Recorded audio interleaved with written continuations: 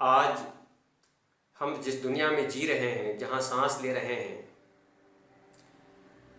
और जिन पीढ़ियों के बीच हम रह रहे हैं, वो धर्म और आध्यात्म से कहीं अधिक विज्ञान पर भरोसा करने वाले लोग हैं। तो कभी कभी कुछ ऐसे प्रश्न आ जाते हैं, बच्चे घर में भी या कहीं भी चलते फिरते सफर करते ऐसे प्रश्न कर देते हैं। तो आप किस प्रकार उसका जवाब देते हैं? यदि आप बड़े हैं, एक पिता हैं, एक समाज सुधारक हैं या एक शिक्षक हैं या कोई भी जिम्मेदार पद पर हैं, तो आपका कर्तव्य बनता है कि आप उन बच्चों की जिज्ञासा भी उसी तरह से आप शांत करें, तभी तो ठीक होगा।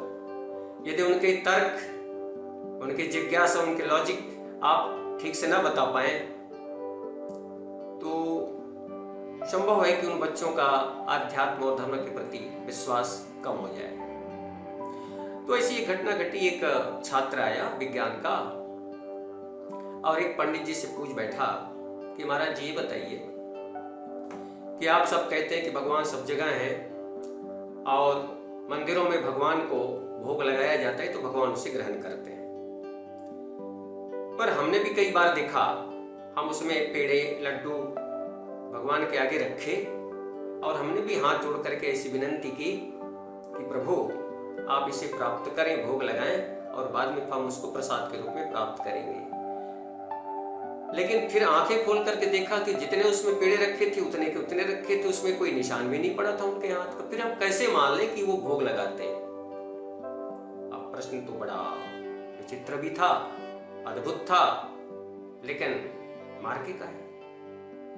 सबके मन में प्रश्न आता है और सभी ये करते हैं, हाथ जोड़ देते हैं। मंदिरों में तो पुजारी पर्दा खींच देते हैं और खुद भगवान के सामने होते हैं और विनय करते हैं भोग लगाने के लिए, बाकी दर्शक उसे देख नहीं पाते।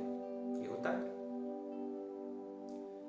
तो उस संत महापुरुष बड़े विद्वान थे और उन्होंने बड़े ही अच्छे ढंग से उस विज्ञान के छात्र को जवाब दिया। उन्होंने कहा, देखो यहाँ सामने एक बगीचा है, तुम वहां चले जाओ और एक फूल तोड़ करके ले आओ।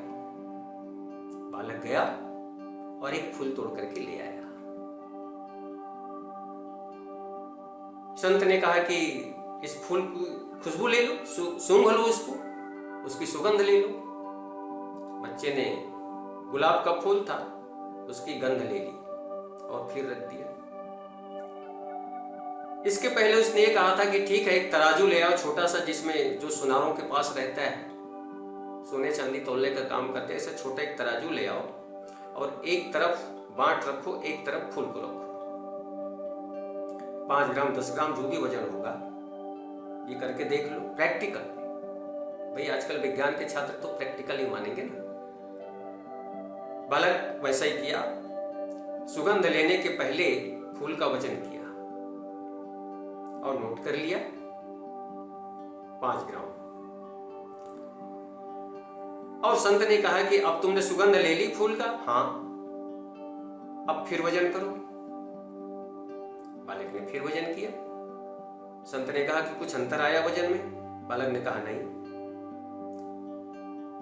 बगीचे से फूल तोड़ लाकर के जैसे वजन किया तो भी उसका वजन 5 ग्राम और सुगंध लेने के बाद भी उसका वजन 5 ग्राम।